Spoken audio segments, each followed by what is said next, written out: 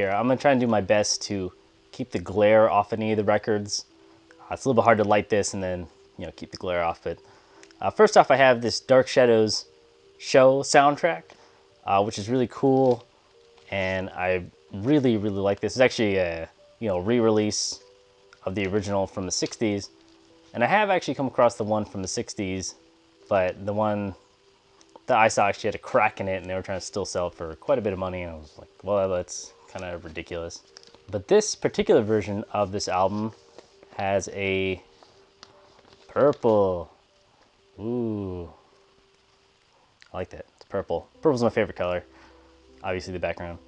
This also comes with a poster, like a fold-out poster. And then on the other side, oh my gosh, it has their monster versions. Of course, the great missing persons, and yes, I know everybody says Lady Gaga stole her look. But Spring Session M is a great album and one I like a lot. Great keyboards. I really enjoy this album. Destination Unknown is probably my favorite song off it, just in case you're wondering. Nina Hagen, Nunsex Monk Rock. And oh yeah, this album's weird because, watch this. Huh? You may notice like a few, where I buy my records, they get like a lot of weird promotional ones, so a lot of them have that promotional stamp from the 80s. But this is a pretty cool album, and I always like the way that the sleeve looks and everything. This is actually just a great album from her. She is so eclectic in her music that any album you get, it's gonna be something different, and I like her shift in the last few years, and I love her voice change, you know. She had such a different kind of voice back in the day, and today she has a very unique voice still, but it's much deeper, much raspier, and I like it either way. All right, and here's Alien Sex Fiend, and I know that if you've heard the episode of GothCast on Alien Sex Fiend, you know I'm not the biggest fan of them. They do some okay stuff in my opinion. I know some people are huge fans of them. This is the only release I have from them. And, you know, you know, I think it's good. By the way, really cool art. Soundtrack to the best movie ever made, Blade Runner. I absolutely love this movie. This is kind of weird though. This isn't just the straight soundtrack to the movie. This is actually a like symphonic version of it. It's like almost like a Muzak-y version of it, more saxophone and stuff like that. It's not bad. It's just a little different. It's like, yeah, see, it's an orchestrated version of the synth soundtrack, so little strange. Oh man, don't hate. Yeah, it's Prayers SD Killwave. Now, I know people have a lot of opinions on Prayers and, you know, the music of Cholo Goth and all that stuff. And, you know, I like this album. In fact, this has a lot of songs that I really enjoy. But yeah, I'll admit that it's an acquired taste, and I don't really like the second album from Prayers at all. Very little from the album I really enjoy. But I do really like SD Killwave, and I think it's a great kind of take on synth and goth music, but just, you know, updated for modern tastes. Then we have some Soft Cell right here. Oh, here's another one. The Art of Falling Apart. Oh, it's the same thing, just a little different. This is actually really, I like Soft Cell a lot. And I was actually looking for some of their music for a long time. For some reason, it just wasn't showing up at any of the record stores I went to. But then this finally showed up after I'd already found Non-Stop Erotic Cabaret. And then I got this for a really good deal. And yeah, of course, this is like the album for Soft Cell. I like the look of it a lot. It has that perfect like CD coked out 80s feel. And then, oh yeah, it's so funny because this album cover almost came back around for like all the hipster bands now, you know, with like the curly mustache and the shades and stuff, because this looks like a band that's making fun of the 80s, not actually part of the 80s. And this damned band. It's a damn. So this is Strawberries. I swear I didn't notice that I actually didn't have Strawberries written on this album. But this is actually a German pressing. You actually see this one's like a little bit torn. I got this at a really big discount, but it still plays fine and everything. On the back it says Strawberries. And actually, this is a German pressing of the album. I'm pretty sure, and it's pretty cool. This album artwork looks really beautiful, actually, in its full size. Kind of wouldn't have the same effect smaller.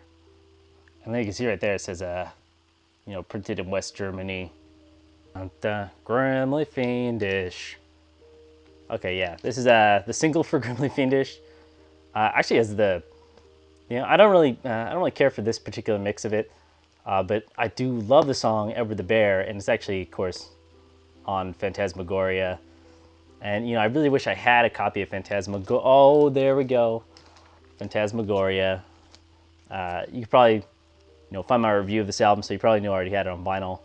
It's one of my, I think a lot of people have seen that one. I don't know, maybe, I don't know, but you might have seen my review of this, and I really, really, really like this album. I think it encapsulates Halloween and that feeling and spookiness so well. I love just everything about this. It's actually, I think it's Nick Cave's wife. I think I said that in the video.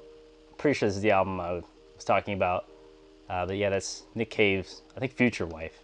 All right, and now on to The Cure. And we're going to start with The Cure Pillbox Tales, 1977 to 1979. Now, this is a bootleg, obviously. I'm pretty sure that The Cure never manufactured this album. But yeah, this is an interesting album. It's mostly of demos and everything before, Three Imaginary Boys came out. And I like the cartoony cover. It almost convinced me to buy it just because of that. But this was produced in, I'm pretty sure it was Belgium. And you can see it's mostly just demos of songs that were going to be on Three Imaginary Boys or things that were actually cut. But it's pretty cool. I really like it. And I know that this particular record came in a whole bunch of different colors and stuff, and it's been printed a whole bunch of times. So who knows what company has the master and is actually printing it.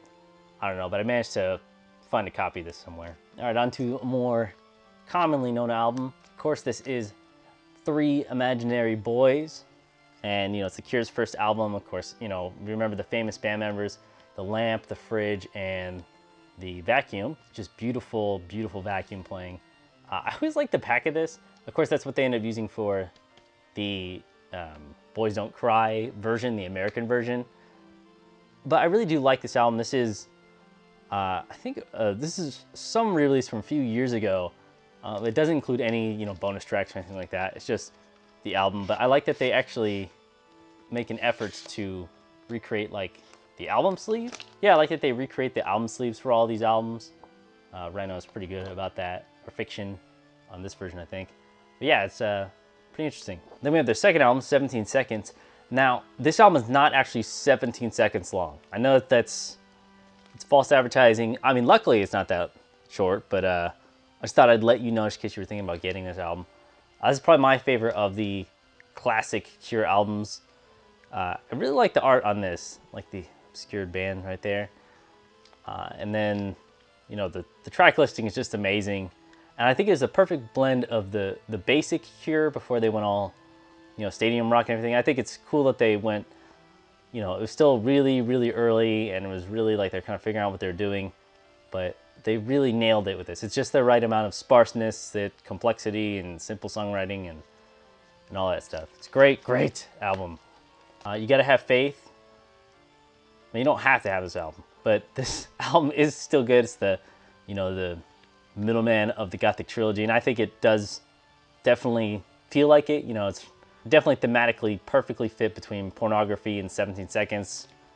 Still a great album in its own right. A lot of people really, really like All Cats Are Grey and The Funeral Party, if even just for the titles. They are good songs, but I know people really latch onto that. There's tons of people with those names, or The Holy Hour.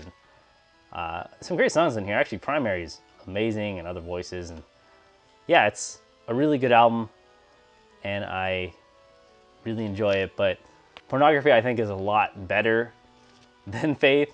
That's just my opinion. I know it's a darker album, what does it matter if we all die, all that sort of stuff.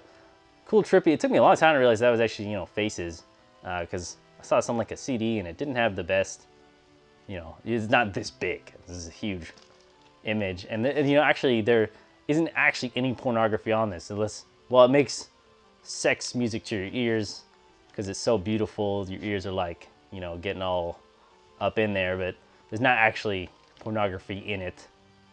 I don't think, is there? No, there isn't. I checked. But, you know, it's a really, really great album, of course. And pretty much the last one that they did was super, super insanely gothic. And they tried with Blood Flowers and stuff, but I don't think they really nailed it. Disintegration doesn't count. Oh man, it's gonna be a whole bunch of arguments about Cure and stuff. Well, this album's related to The Cure. You can watch my video on this. I did a review of this album too. The Glove, and this is Steve Severin and Robert Smith's kind of side project thing. And I actually waited to see if I could get this for a really good price, and I actually did eventually. But it's this weird spin-off band that had some synth influences, and it's really psychedelic and really strange. It's kind of its own thing. Obviously, it doesn't sound like either one of the bands. And this is actually on blue vinyl. And if you look at one side, it's the Glove from what is it, the Beatles Yellow Submarine movie or something.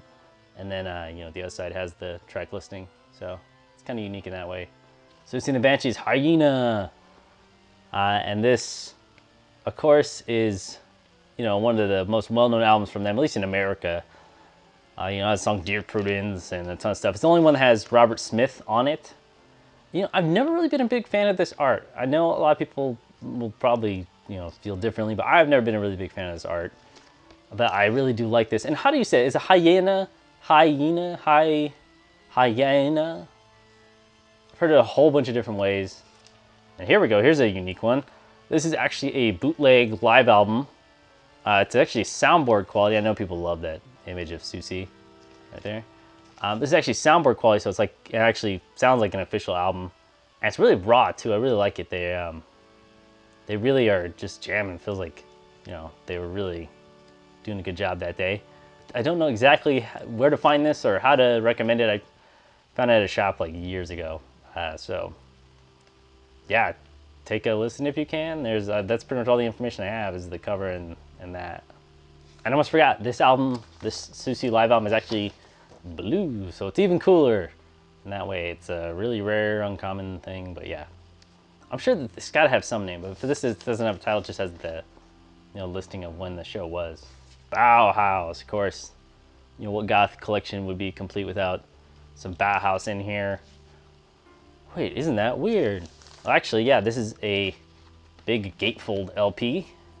It's like a giant photo, you know. And this is one of the revised editions of this album because it has this cover in it. And the other one I think was just a few close-up shots. But this is a really great album. I actually like it better than In the Flat Field. And you may notice that the only two Bauhaus albums I don't have are In the Flat Field and Go Away White.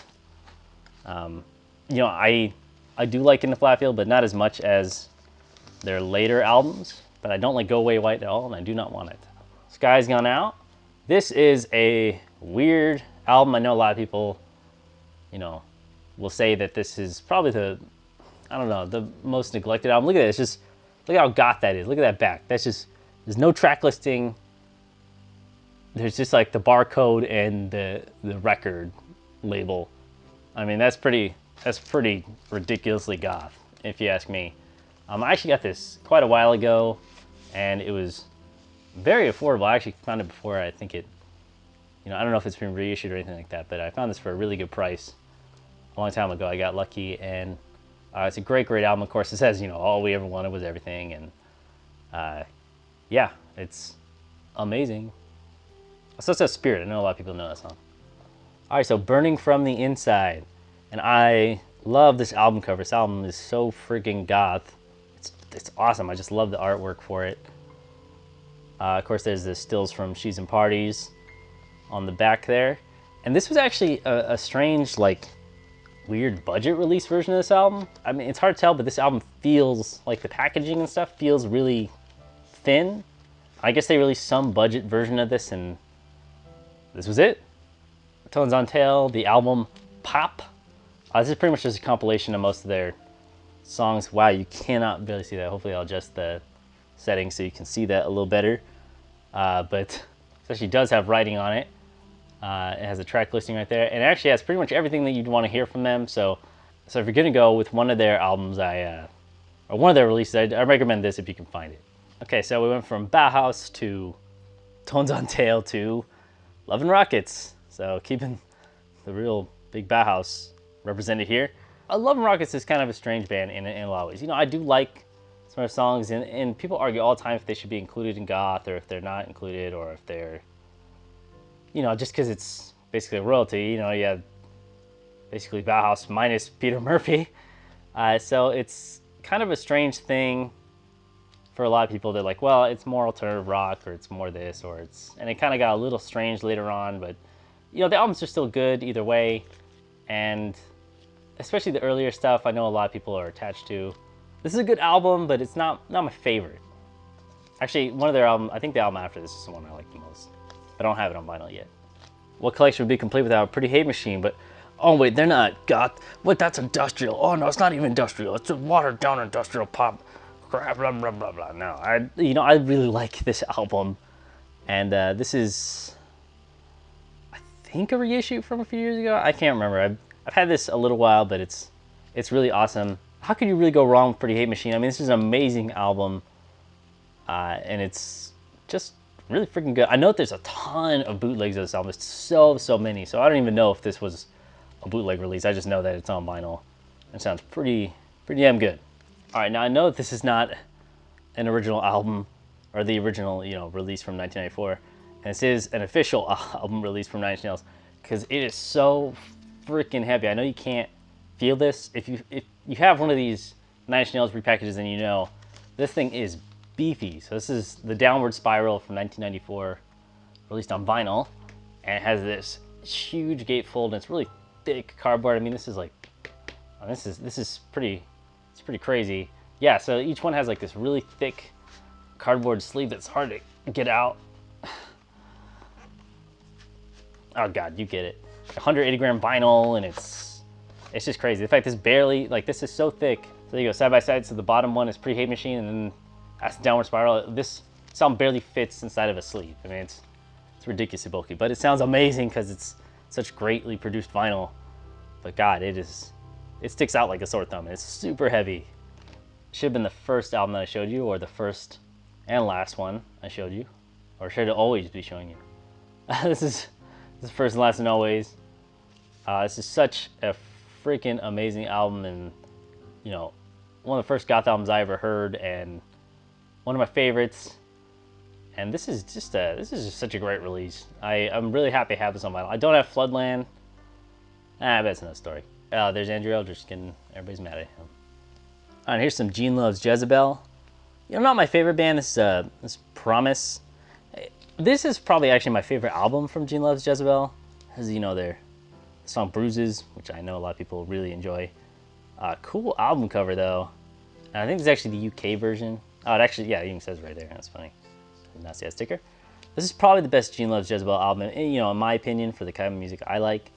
And then you have the 80s-ified version of Gene Loves Jezebel, the really super 80s version with Immigrant, where they went very 80s. Actually, that's kind of cool, but the music, yeah, it's not as good in my opinion, but I know that that's, you know, they have some huge fans and stuff, but it just didn't connect with me on this album.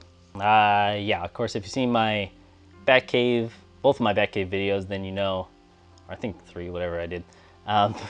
When I reviewed these Batcave compilations, of course, this is Young Limbs and Numb Hymns. It's weird to say Young Limbs and, I didn't realize it just said Young Limbs right there.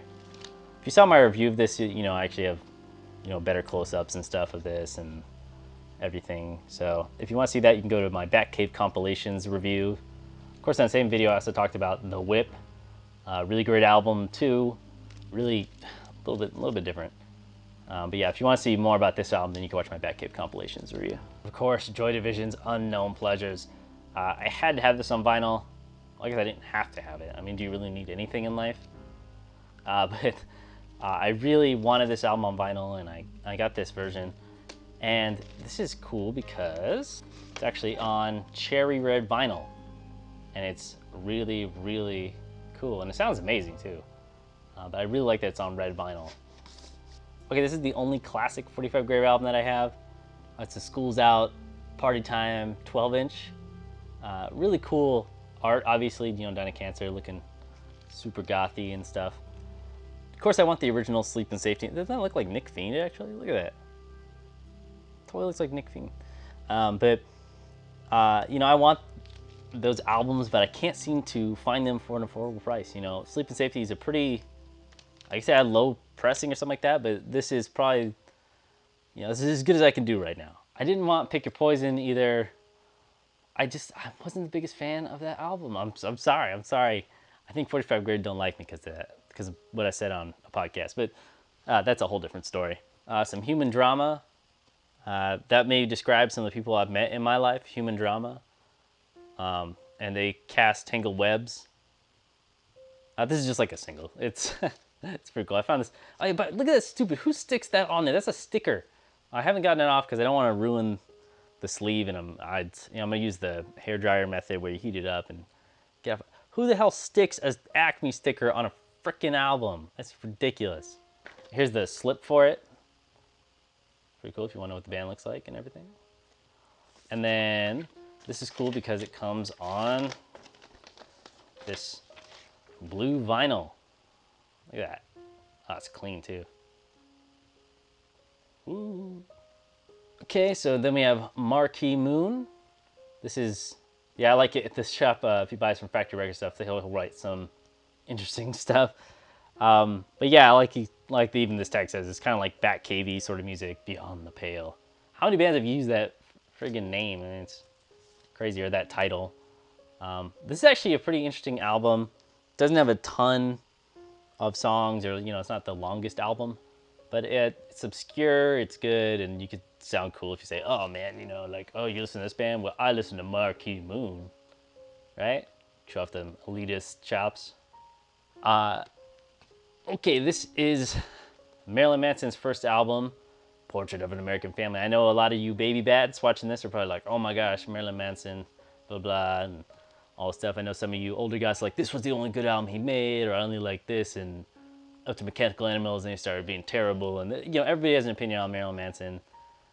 You know, but I like this album, and I wanted to have it on vinyl. And this is a very strange release. So look at how thick this box is. So I'll put up another album. So here's a 45 Grave, you know, just like a regular album. Let me see if I can. Look at that. Look at how huge that is. It's like a box. This actually comes with, oh, look at the side there if you want. Side shot. And the back. Yes. So this is a release of the first album, and then if you can open this up, and it comes with a t-shirt in here. And I've actually, since I already have a version of this t-shirt, I've never actually worn a t-shirt that came with this. But yeah, there it is in there. This thing is like I still have the plastic to cover it and everything. I just like keeping stuff very OCD-ishly clean. But here's one of the weird things about this album. So came on one album. So here's the actual, record itself. And you may notice something weird. So this is on, lime green vinyl. It's like really, well, actually, it's hard to say. It's kind of like almost desaturated. It's really strange green. But then look at that. The friggin' art is from the promotional art of The High and the Low, which came out in 2008, this was released around the same time as The High and the Low, and through Hot Topic. And I got this for like $10. This album, this whole package for like $10. They were just trying to liquidate a whole bunch, and they were like, oh, we're done selling them. I got this, but it's so weird that it has The High and the Low art on it. Ministry, Every Day is Halloween single. It's, it's pretty much the same thing. I don't know what to say. I think I already reviewed this, so you can look at my review of that with Sympathy. I reviewed both those releases on, same video. So if you look at my review of With Sympathy, then, Every Day is Halloween comes up in that same video. I'll talk about it because they're very similar in music and stuff. Great album art, by the way. I know people love this one. I think I've seen the one where it's like a paw or something. Just a single for Love and Rockets So Alive. Yeah. Okay, I know people may kill me if I say this, but actually this album has a lot of goth influences, and I really like it. It's like a pop album, more so. But this is a great album that has a lot of influence from goth. It's Dum Dum Girls Too True. And I really recommend this album. I love this album. Cult Love. This is actually one of the first albums I ever got. I found this for 35 cents in a bookstore one time. And then that kind of started my music collection. I hope to have a video coming out soon about me talking about the Cult. No, I'm not going to say that because then it's going to be a while. So eventually I'll have a video coming out of me talking about the Cult. Mission UK, or just the Mission as some of you know, for the American releases it was UK, God's Own Medicine. Some people say the best album they've ever done. And you know, actually their new album is really good too. But they, you know, this, in my mind, this sounds a lot like First and Last and Always in terms of the songwriting and the guitars and stuff, but people disagree with that all the time. It's very acoustic-y and very cultish, actually. That's probably why it's so close to the Cult. But yeah, it's a great album. This is basically, just in case, you know, because I didn't make this clear, the Mission is actually made up of members of Sister Mercy, but no Andrew Eldridge. Very well-written album. Tenders, I Ain't Pretending this album is good. And, I don't know, it's pretty good. Kind of, they have a weird sound. It's like rock and roll, but like country influences and some weird stuff. They were like new wave also. It's really weird. It's rock and roll, probably what they would say. Walla Voodoo.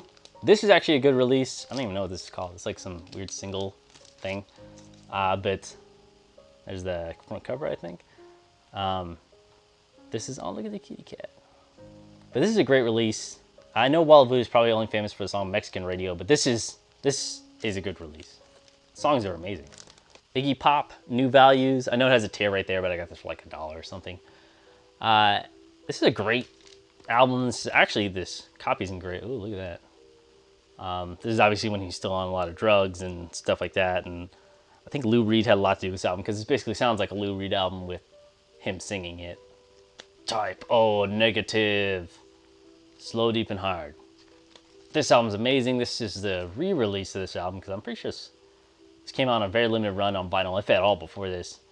But this is the re-release version, and it, God, like the Nine Inch Nails one, it's really heavy, but it's so freaking cool.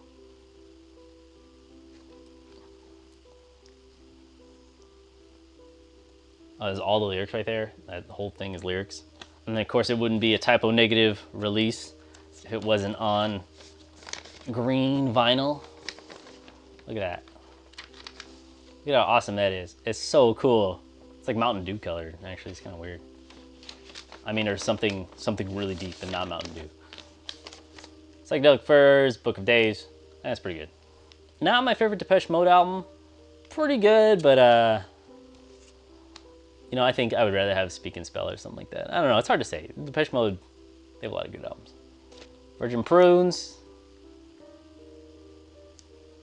Ashes, my favorite of the Christian Death albums with Ross. This was a 30th anniversary edition. Cool art, but I actually like the, I think it's the Italian art a lot better. And then, this is actually pretty cool because, well, not only is the sleeve and stuff really cool, but it comes on clear vinyl. Look at that, it's so cool. Ooh, Christian Death fans may know it's a problem there, but yeah, this is really good. I'm all about Eve. Weren't they the band that got caught lip syncing? No, but this album's actually really good. All About Eve is pretty awesome. Kind of the poppier side of Goth, obviously. This is not one of those like reviewers copy stamps.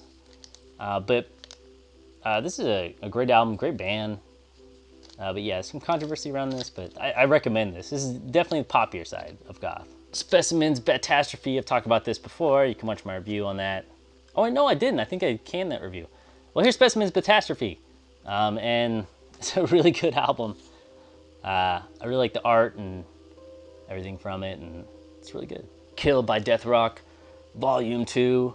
This album's amazing. I actually like this a lot better than the first one, the track listing and stuff. The art, it's so cool. But yeah, this actually comes with a poster and a whole bunch of different stuff. I might actually show it off in a different video because it's really cool. So this is Dead or Alive's Mad, Bad, and Dangerous to Know, which is my favorite Dead or Alive album. I just love the song Brand New Lover. So good. And of course, this is the album cover that everyone is always mixing up with Phantasmagoria. Yeah, see, look at that. Isn't that crazy how like similar they are in a weird way? Like the same, it's pretty much the same almost length of the white too on there. Look at the picture size. It's crazy. It's almost like it was a template or something. Or like, he's like, I can do that too. Obviously, R.I.P. We miss you all so much. They Can Dance, their first album, of course, you know, they went in a different direction later, but this first album is amazing. Oh, man. Look at, you know, so many of these albums just have black on the back with like white text like this, but it never stops being cool. Sam Hain's first album, this is my favorite of the Sam Hain, was it trilogy? If you don't include the live albums. This is kind of a weird pressing of this. I also have a shirt that's kind of, I'm pretty sure this is like a bootleg or something like that, but it's really good. Underrated album, really good album. Figures on a Beach, feel like some new wave, or I don't even know. This band's really 80s, but it's really good. I really like the sound on it. And it reminded me of like Madness right there. Super great. This Figures on a Beach. I think you even listen to them on Spotify, but there's a friggin' reviewers promo stamp thing. So children, it's been a while since I've listened to this album actually. But apparently I wasn't mad about it. Bat Nouveau,